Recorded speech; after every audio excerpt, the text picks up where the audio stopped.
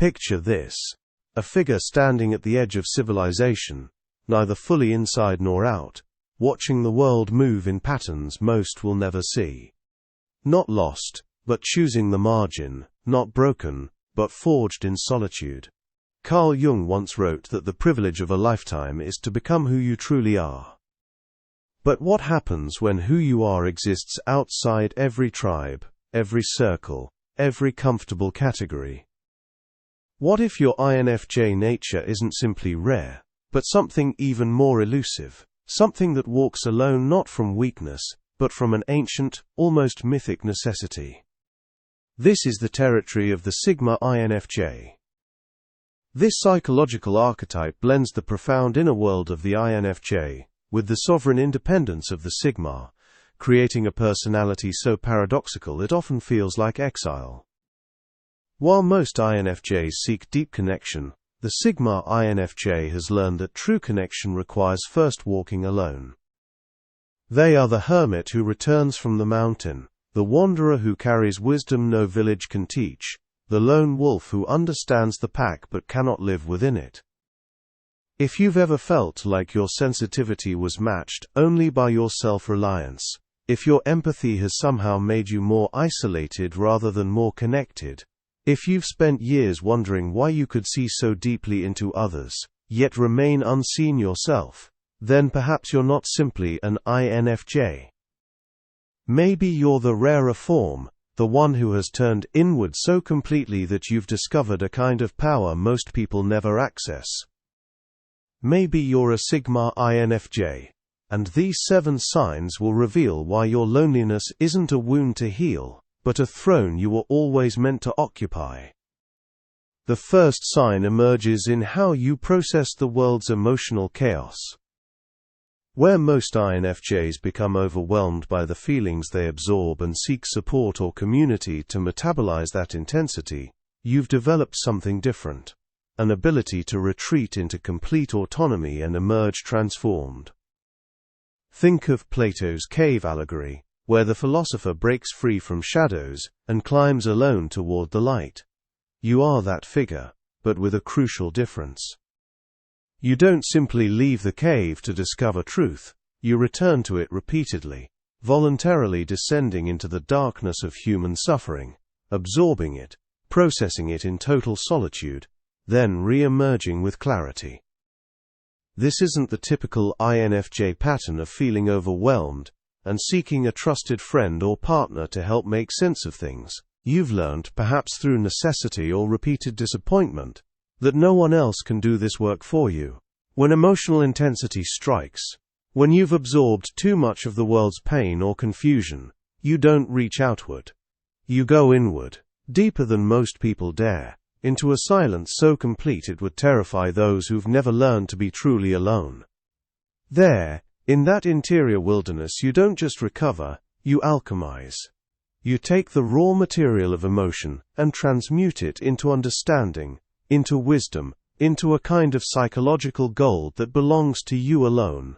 This is the shadow work Jung spoke of, but you're doing it without a guide, without a therapist in many cases, without the hand-holding most people need. You've become your own psychopomp, your own guide through the underworld of feeling. And here's what makes this mythically powerful. You don't do this because you're cold or detached. You do it because you've realized that true empathy, the kind that doesn't destroy you, requires first being sovereign over your own inner world. You cannot be the emotional mirror for others if you're shattered. You cannot translate suffering into meaning if you're drowning in it yourself. So you've learned to take the intensity, carry it alone into your private temple, and emerge not hardened, but refined. This is why people often can't tell that you've just processed something devastating. You don't wear your healing on your sleeve. By the time they see you again, the transformation is complete, the wound has become wisdom, and you're ready once more to hold space for others, without collapsing under the weight. The second sign reveals itself in your relationship with power and influence. Most INFJs, despite their profound insight into human nature, tend to step back from positions of overt power. They prefer to influence quietly, to counsel from the margins, to be the trusted advisor rather than the king. But you, the Sigma INFJ, have discovered something unsettling. You could lead if you wanted to, and perhaps lead better than those currently in charge, but you find the entire game vaguely repulsive. Nietzsche spoke of the will to power as a fundamental human drive, but you've transcended even that. Your power isn't the will to dominate or control. It's the power of absolute non-need. You don't need validation from the hierarchy because you've built your own value system. You don't need the approval of the crowd because you've learnt that crowds are almost always wrong about what matters. You don't need to climb the ladder because you've seen the view from the top and found it disappointingly ordinary. This creates a strange paradox. People are drawn to you precisely because you don't seek their attention. Your indifference to social games makes you magnetic to those who are tired of players and peacocks. Your refusal to compete makes others wonder what secret advantage you possess. Leaders and influencers, sensing someone who cannot be bought or flattered, often try to pull you into their orbit, offering you roles and responsibilities you never asked for. And here's the mythic pattern. Like Cincinnatus, the Roman who left his plough to lead armies, and then returned to his farm, or like the Taoist sage who refuses the emperor's summons, you accept power only when it serves a purpose beyond ego, and you release it the moment that purpose is fulfilled. You've learned that real influence doesn't require position. You can change someone's life with a single conversation, shift their entire worldview with a well-timed observation, heal years of pain with your presence alone. You've become the archetype of the hidden master, the one whose power is multiplied precisely because it's not advertised. But this comes at a cost. People misunderstand your detachment as arrogance. They mistake your sovereignty for coldness. They cannot comprehend that you're not rejecting them personally. You're rejecting the game itself, the endless performance of status and belonging that exhausts you. You've walked away from the feast, not because you weren't invited, but because you tasted the food and found it lacking. You've left the throne room not because you couldn't rule, but because you've discovered that true kings don't need crowns. They need only the ability to walk away when everyone else is still grasping. The third sign appears in how you love, or rather, how you've learnt that love and solitude are not opposites but strange companions. The typical INFJ dreams of a soulmate, that one person who will finally see them completely, who will meet their depth with equal depth, creating a sanctuary of mutual understanding. And perhaps you once dreamed this too. Maybe you spent years searching for that mythical other, opening yourself again and again, offering your vast interior world only to find that even the kindest, most well-meaning people couldn't quite hold what you were offering.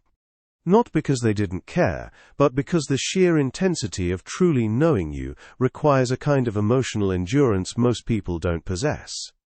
So you've made peace with something that sounds like tragedy but has become your liberation. You may never be fully known, and that's acceptable because being fully known isn't actually what you need. What you need is to be sovereign in your own existence, to love without losing yourself, to connect without collapsing. This is the wisdom of the Hermit card in Tarot, the solitary figure holding a lantern in the wilderness. The light isn't searching for someone else to illuminate the path. The light is the path itself, and those who are meant to walk alongside you will be drawn to that light without you having to dim it or explain it or apologize for it. When you do form relationships, they have an unusual quality. You're intensely present but never possessive. You offer profound intimacy but never dependency. You can hold space for someone's entire emotional world while maintaining clear boundaries around your own. This confuses people. Partners sometimes feel like they have you completely, and yet not at all, like you're utterly devoted while remaining somehow untethered. They're right. You've learned to love from a place of wholeness rather than need, which is the rarest form of love and the most difficult to receive. Because most people, if they're honest, don't actually want unconditional love. They want conditional validation. They want their neediness reflected back. They want the reassurance that comes from being desperately needed in return. But you can't offer that. You can offer presence, understanding, loyalty, devotion, and even surrender of self, but you cannot offer the surrender of self that most people mistake for intimacy. You've died too many times in relationships where you tried to merge, where you offered your entire interior universe and watched it be mishandled or misunderstood or ignored. So you've rebuilt yourself as an island, not cold and unreachable, but self-sustaining, a place others can visit but where you alone are sovereign. And here's the mythic truth. The gods themselves were known for this quality, present among mortals but never quite mortal themselves, offering gifts and guidance but always returning to Olympus, to the solitude of their own realm. You're not comparing yourself to gods, but you've learned the same lesson. True connection requires first being complete in yourself. And completion in the Sigma INFJ looks like the ability to be profoundly alone without being lonely, to offer love without needing it to define you. The fourth sign manifests in your relationship with truth, specifically the kind of uncomfortable truth that most people spend their lives avoiding. INFJs are known for their insight, their ability to see patterns and meanings others miss. But the Sigma INFJ takes this further. You've become unwilling to pretend you don't see what you see, even when speaking that truth would cost you belonging. Remember the child in Hans Christian Andersen's tale, who announced that the emperor had no clothes while everyone else maintained the polite fiction? You're that child grown into an adult who has learned that truth-telling is both a gift and a curse, that seeing clearly means watching others live in illusion, and having to choose, moment by moment, whether to shatter that illusion or let them sleep. Most of the time, you choose silence. Not because you're cowardly, but because you've learned that people don't actually want truth, they want comfort, and truth is rarely comfortable. You've watched relationships end, not because you were cruel, but because you gently, kindly pointed out a pattern someone wasn't ready to face. You've been excluded from groups not because you were judgmental, but because your mere presence, your inability to participate in collective denial, made others uncomfortable.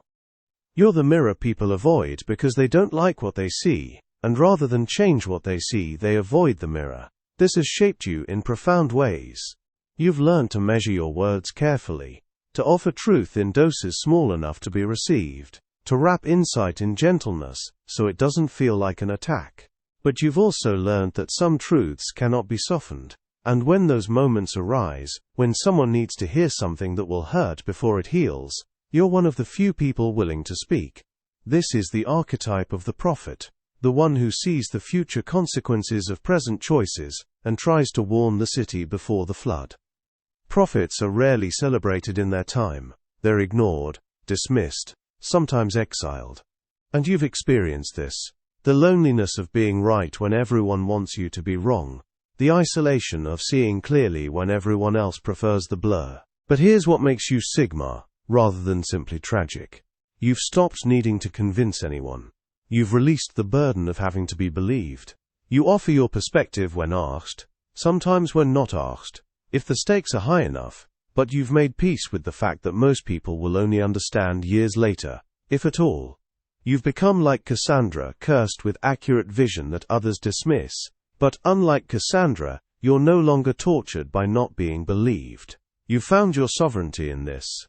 Truth is its own reward, clarity is its own home, and whether others join you there is their choice, not your responsibility.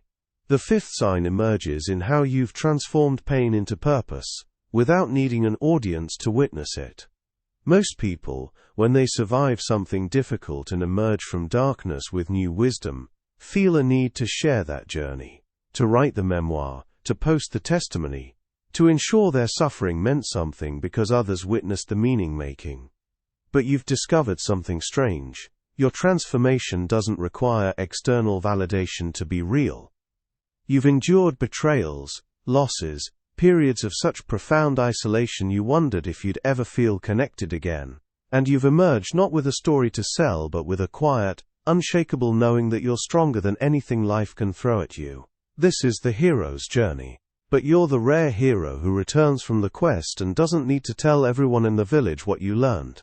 The treasure you brought back from the underworld isn't for display, it's for your own sustenance, woven so deeply into who you are now that it doesn't need announcement.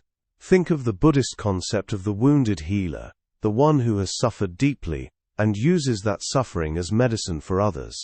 You embody this, but with a Sigma twist. You heal others almost accidentally, through presence rather than proclamation, through the way you listen rather than the advice you give. People leave conversations with you feeling somehow more whole, more seen, more capable, and they often can't articulate why. It's because you've done the internal work so thoroughly that you've become a tuning fork for authenticity. Your presence alone helps others find their own truth. But you're not performing this service. You're not advertising it. You're not building a platform or a following around it. You're simply being who you are. And who you are has been forged in fires you rarely mention. This creates an interesting dynamic. People sometimes think your life has been easy because you don't wear your scars visibly. They mistake your composure for luck, your wisdom for privilege, your strength for never having been tested. They have no idea that you've been tested more than most, and simply chose to integrate those tests privately rather than publicly. You're living proof that healing doesn't require performance, that growth doesn't need an audience, that you can be completely transformed by suffering without making that suffering your identity. This is perhaps the most mythically powerful aspect of the Sigma INFJ. You've learned that the deepest initiations happen in solitude, witnessed only by yourself, and perhaps by whatever you consider sacred, and that the power gained from those initiations is diminished, not enhanced, by broadcasting it. The sixth sign reveals itself in your relationship with time, and the exhaustion that comes from living too far ahead of the present moment. INFJs are intuitive, constantly reading patterns, and anticipating futures. Still, the Sigma INFJ experiences this as a peculiar form of exile. You're living in a timeline most people won't reach for years, sometimes decades. You see the consequences of current choices stretching out like dominoes. You recognize the patterns in relationships, careers, or cultures that will take others years to notice. And this means you're perpetually waiting for the world to catch up to what you already know. There's an ancient quality to this weariness. Jung spoke of the old soul, but you felt it not as romantic melancholy but as genuine exhaustion. You're tired of being right too early. Tired of warning people about things they'll only believe after those things happen. Tired of seeing potential futures and knowing which one will unfold based on present trajectories. And knowing you can rarely change those trajectories, because people have to learn in their own time. This is the curse of Tiresias, the blind prophet who could see the future, but could never fully participate in the present, because he was always aware of what was coming. You've learned to manage this by building a life that doesn't depend on others moving at your pace. You've stopped trying to drag people into understanding they're not ready for. You've released the urgency that once made you think you could accelerate someone else's awakening. Instead, you've learned to inhabit your own timeline, to build, create, and grow at the speed of your own understanding, while letting others move at theirs. This requires a profound acceptance. You will often be alone in what you see, and that aloneness is the price of clarity. But here's the transformation. That aloneness has become your advantage. While others are caught in the drama of the moment, reacting to what's directly in front of them, you're making moves based on patterns only you can see. You're planting seeds for harvests years away. You're building foundations for futures you've already glimpsed. You've become the architect of your own timeline. And whether others ever build in that same territory is irrelevant to the integrity of your vision. This is the wisdom of the hermit again, but understood differently. The hermit isn't withdrawn from life. The hermit is living so far ahead of the present that, to others, it looks like withdrawal. You haven't rejected the world, you've simply stopped waiting for it to catch up. The seventh and perhaps most defining sign appears in how you've made peace with being misunderstood. Not through bitterness or resignation, but through a kind of mystical acceptance that borders on the transcendent. In mythology, the most powerful figures are often the most misinterpreted. Prometheus punished for giving fire to humanity. Lucifer cast out for seeking knowledge. Lilith, exiled for demanding equality. You're not comparing yourself to mythic rebels, but you've lived a smaller version of the same pattern.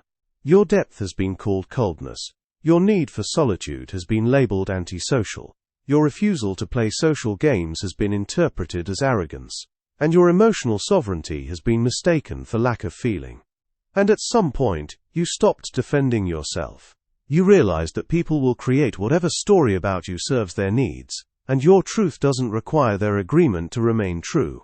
This is radical acceptance, not in a passive sense, but in an empowered one. You've accepted that you're an archetype people project onto, rather than a person most will truly see. Some will see you as a wise sage, others as a cold hermit, still others as an arrogant outsider, and all of these projections tell you more about the observer than about yourself. You've learned to let people have their versions of you, while you remain rooted in your own self-knowledge. This is the ultimate Sigma trait merged with INFJ depth. You've become unreachable not through walls, but through self-possession so complete that others' opinions don't penetrate. You're kind, you're open, you'll engage deeply when it serves connection, but you're no longer negotiating your identity with people who haven't earned the right to truly know you.